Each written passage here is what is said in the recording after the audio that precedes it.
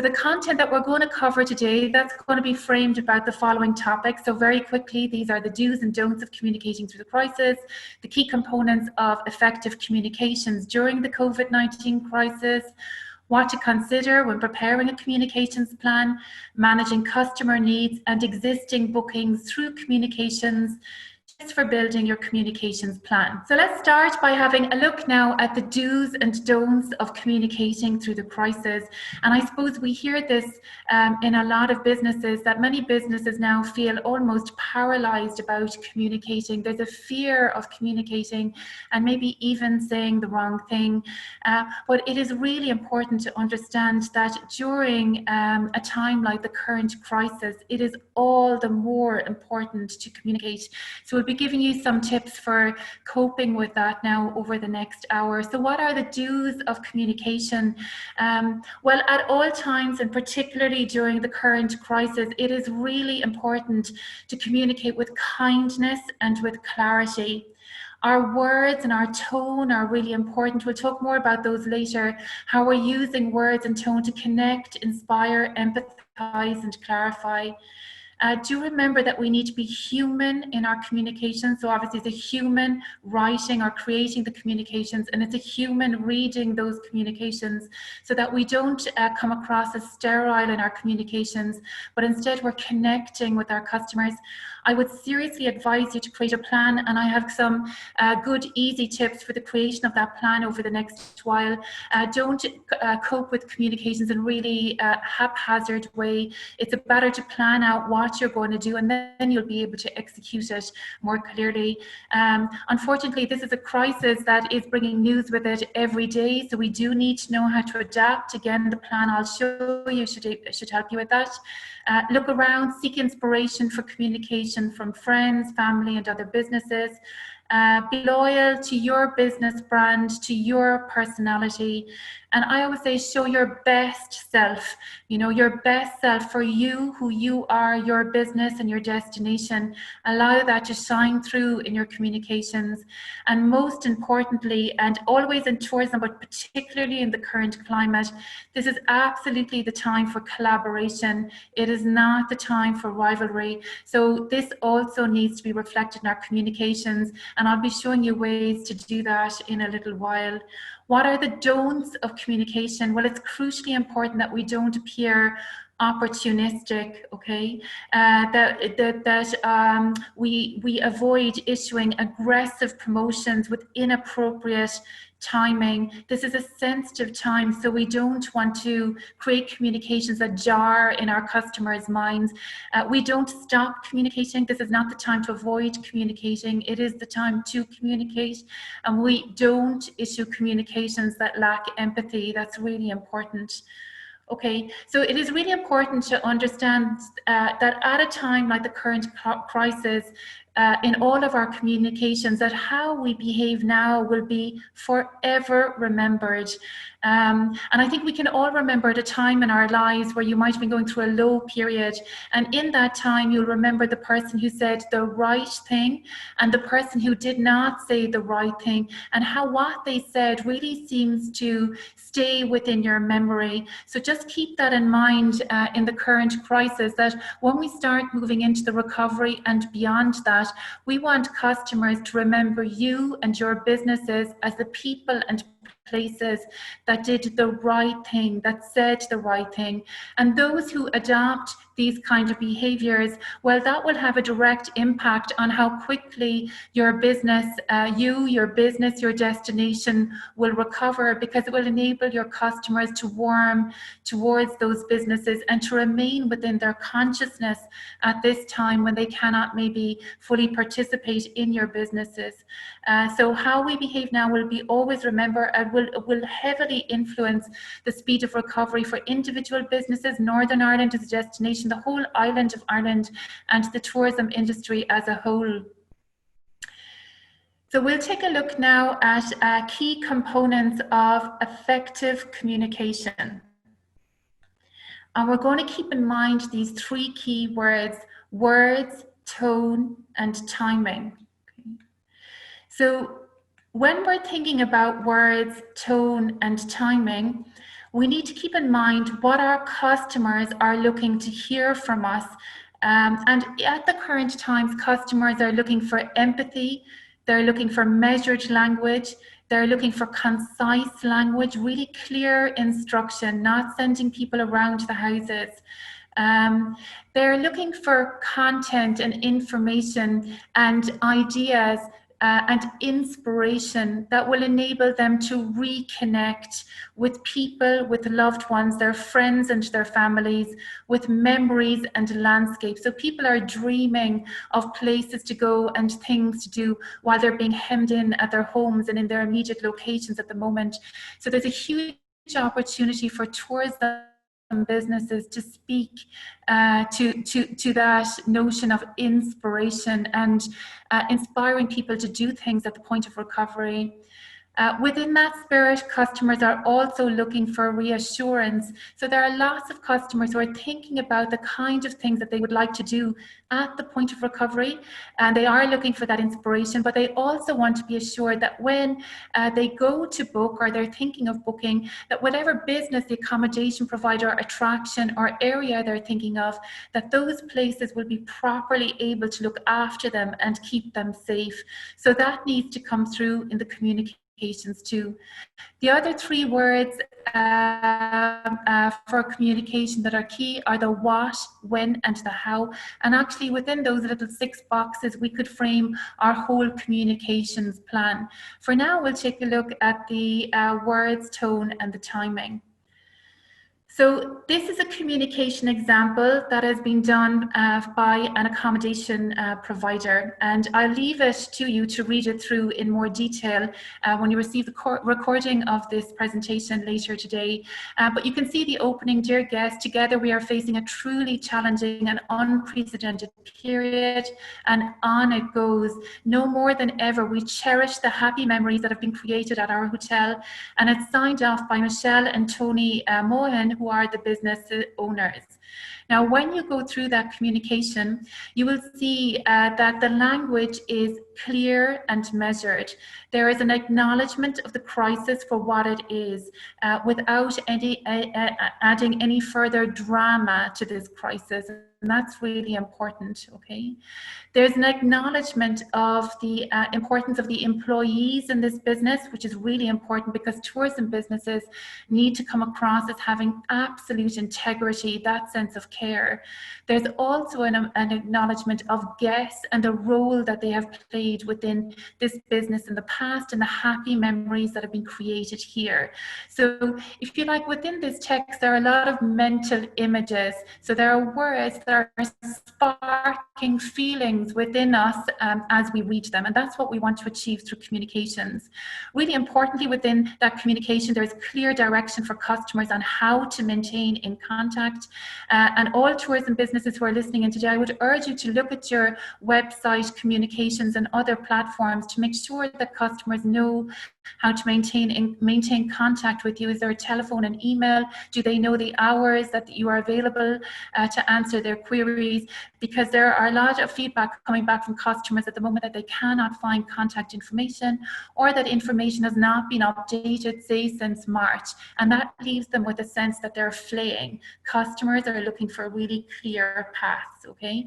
Within the example that I just showed you, you will also see a clear display of empathy and a reminder that this accommodation provider can play an important role again in customers' lives in the future. So looking ahead, it's also a personalized response written by the owners, and this is really important because it gives it a sense of gravity and a sense of care. So keep in mind these kind of examples. We'll look at another couple as we move through the session today, and the kind of balance between words, tone, and timing we're trying to achieve.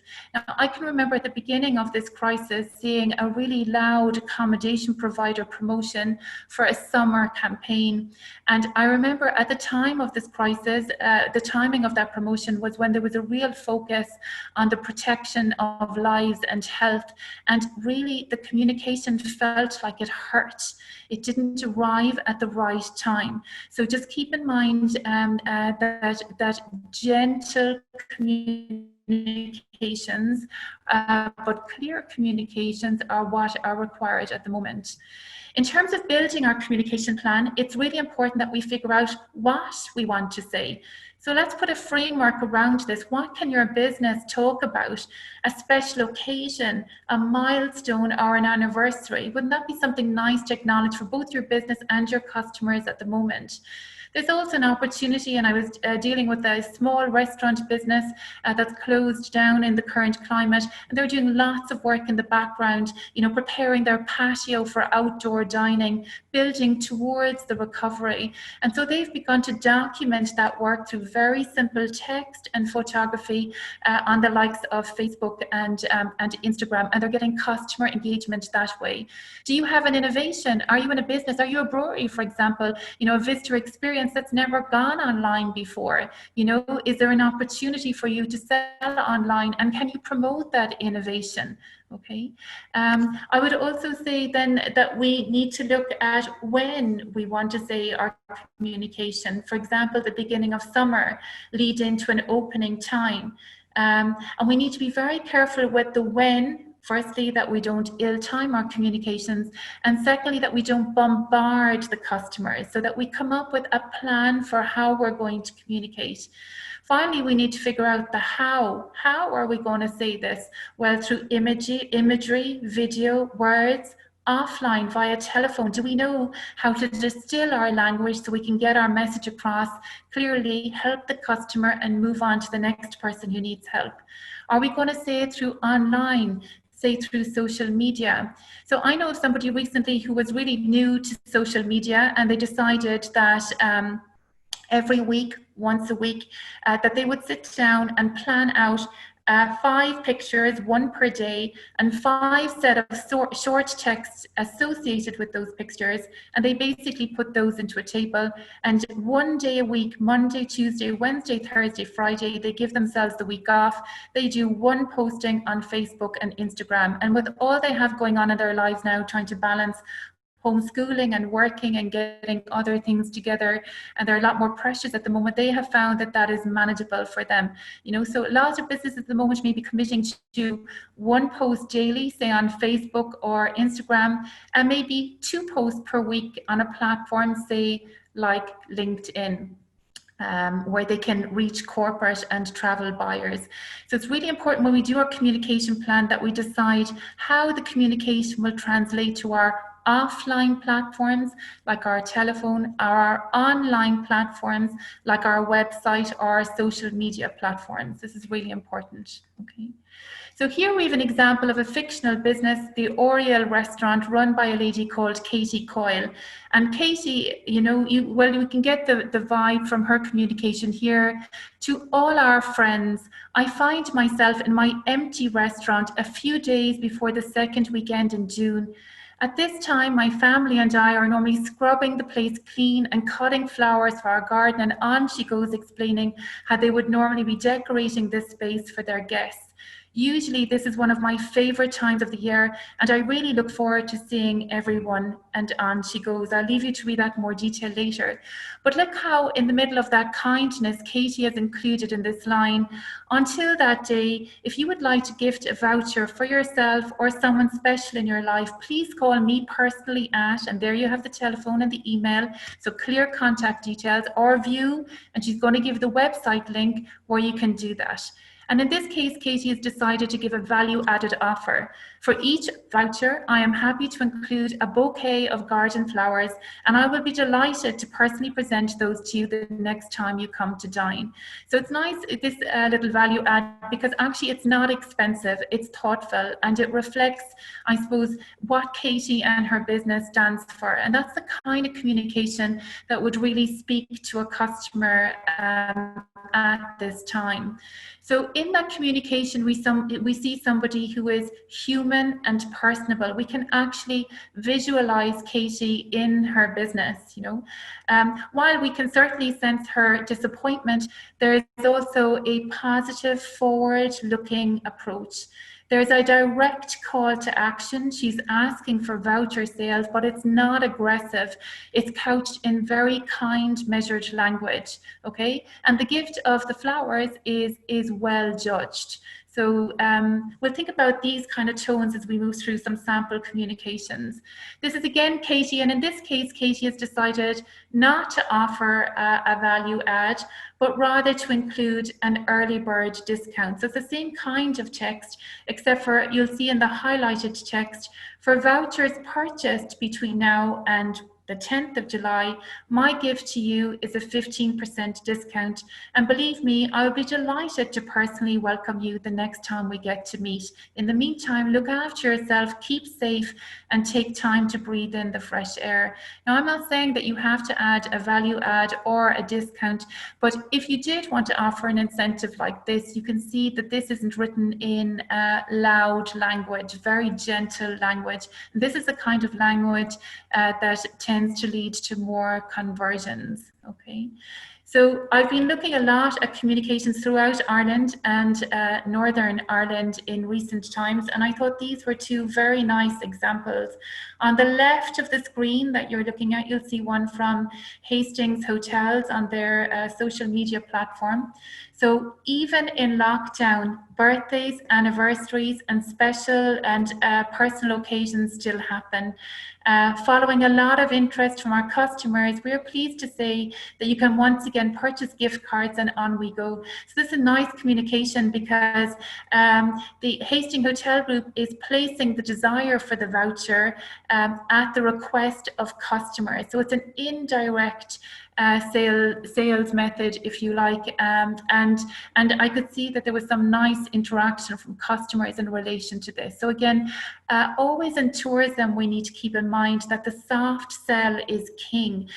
In tourism, we should always feel like we're not selling at all, because actually we're in the business of looking after people and caring for customers. We're in the business of creating memories. Now, all of that, of course, leads to revenue generation and keeping our businesses profitable, and all of that is really important. But in our language, you know, the soft sell technique is what's required of our industry. If you take a look at the communication on the right, it really popped out at me one day when I was looking at LinkedIn. This is from Judith Owens, who is CEO of the Titanic. And I loved the end line. Our team are truly engaging their giant spirit to keep the business going and remain focused on the goal of warmly welcoming back our domestic and international visitors and making our industry thrive again. And of course, you have this magnificent destination experience brand, Embrace a Giant Spirit. And I think all of us are being called upon to embrace that kind of spirit at the moment. And there's an opportunity for all businesses in Northern Ireland to use this kind of wording because I think it just is a statement that is easily understood at this time, and it also defines you know what the umbrella under which you and your businesses stand. So I thought they were really nice communications. Okay, so keep in mind we're always going to look around, see what other people are doing, gain inspiration from that too. But we're going to know that words, tone and timing are crucial to cause customer engagement at these times. We want to look to bring the customers towards us and not away from us. Okay. The next topic we're going to take a look at now are managing customer needs and existing bookings via communications. So I could see in the questions that I got in advance of this session today that some businesses are struggling with the management of cancellations, with encouraging customers to postpone. So we'll aim to address that topic now. So first of all, it is really important that the business is proactive about managing the business that's on the books, okay? So you should be constantly looking ahead, a couple of weeks ahead of what's on the books. And as we move closer to those times and we realize that the business may not be opening, that we proactively call the customers.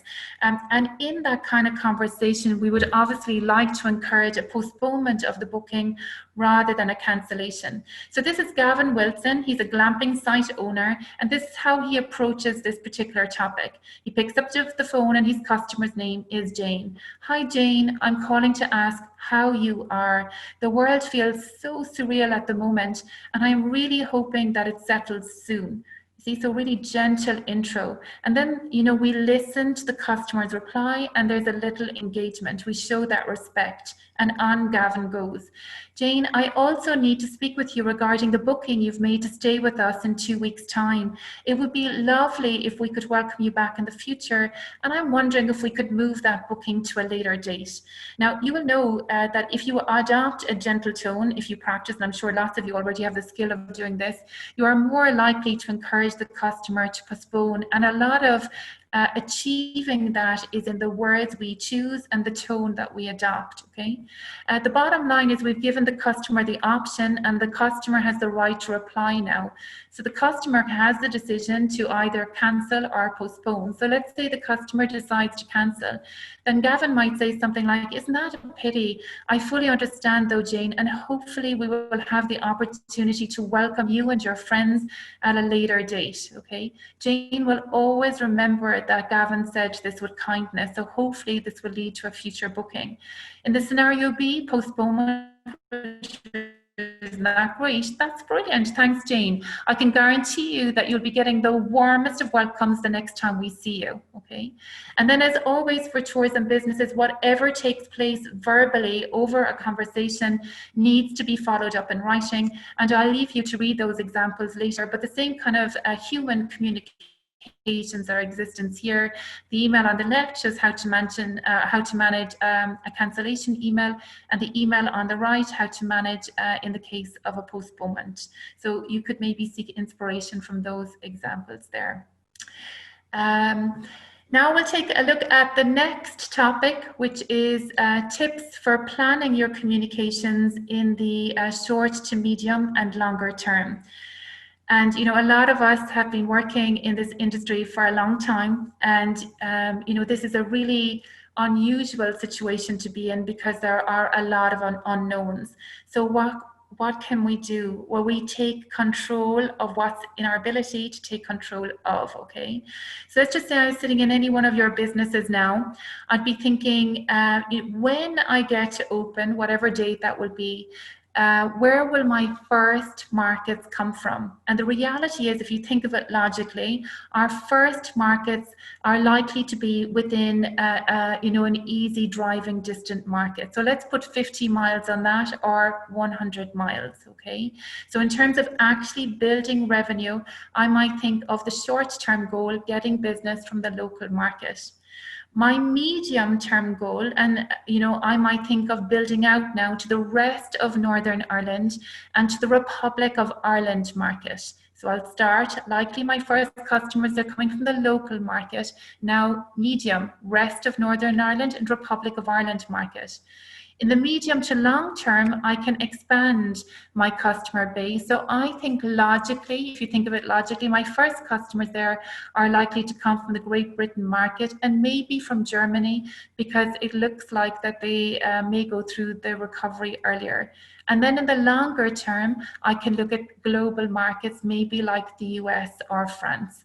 So I then put my communications in line with my goals and revenue generation. So let's just say that my short-term goal is to increase business from the local market. And I don't know, actually, I don't have the date of opening yet. I think it might be, perhaps sometime around August. So let me set myself that as a target. Well, there are some businesses who are dealing with that uncertainty at the moment, and they're managing it really well, because if you look at their booking channel, they have something like, pay £1 or £10, and your booking is confirmed. And then you can pay the full balance, say 7 days out. And I've called a couple of businesses that are adopting this practice, and their aim is to get the business on the book. So let's just say then, the government changes policy. Well, the flexible cancellation policy will make the customer feel still secure enough to book. And if the government changes, the business will live with that. that. However, if all goes well and the recovery continues to go well, the business is on the books and the customer is unlikely to cancel. So they're actually building bookings in the long term rather than scrambling in the short term when they're exactly sure of dates of opening. So I think that's a clever strategy for building local market business. You might have to think about something like that in your communications. And again, it's something we can have control over. In relation to building out in Northern Ireland and Republic of Ireland and other markets, we'll go into that a little bit more detail in a future session on CRM and database management. Okay. So this is a very simple plan document. You could write this up really quickly, okay? And I think in the current climate, when we're being asked to adapt and change, and there's so much coming after us, the last thing we want to write is a 50-page sales and marketing plan. So this is a fast plan that you can use for your commercial plans and your communication plan. So in the first case, we write the objective. What's the objective? Perhaps it is to achieve short-term bookings or to achieve bookings from the local market over the next 3 months. What would my actions be to achieve that? And I would detail each action underneath the objective. You can see you can build out the plan here. What is the number of the action? What is the detail of that action? Who is responsible for that action? When does it need to be achieved by? And what's the KPI? 10 rooms booked in the first week in August, 20 rooms booked. What are you looking as the outcome of the action? So in the case of Katie Coyle of Oriel Restaurant, we see how she made decide to build out her action plan. The first objective here is make customers aware of my new online services, Antrim Cooking Online. I'll leave you to read her actions in more detail, but you can see that she's put in 4 actions there. Objective 2, make my customers aware of my beautiful destination. While this is a phenomenally busy, difficult time, it is also the quietest time in terms of communications. I would urge businesses and areas that feel they are less well known to use this time to promote your areas and your destinations, because customers are looking to be inspired by hidden gems and landscapes and locations that they don't know yet. So in this case, you can see what Katie has done to try and raise the profile for her business and destination there. I could see that this was a question of great interest to a lot of people in what was submitted in advance of this webinar. How can I advise customers of how I am preparing my business for the recovery? So you remember in one of the earlier slides, we spoke about reassuring customers.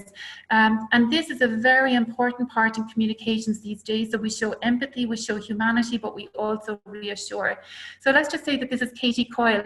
Her first action here, take a picture of the work we are doing to prepare for social distance restrictions. In her case, this is extending the patio so dining can happen outside, creating an attractive area with perspex shields for staff at the cash desk, the fact that contact payment can happen through the shield. She's decided to document this by issuing 2 posts a week on LinkedIn, Facebook, and Instagram, and you would hope she would be updating her website and any of her offline communications with that as well. Number 2, use her social media posts to recommend local suppliers who are supplying her with print materials. Again, people are looking for communications that are community driven at the moment. So Katie is playing into this. She's also looking for bookings from her local market, as soon as her business opens up. So this allows her to place herself well within the local market as well.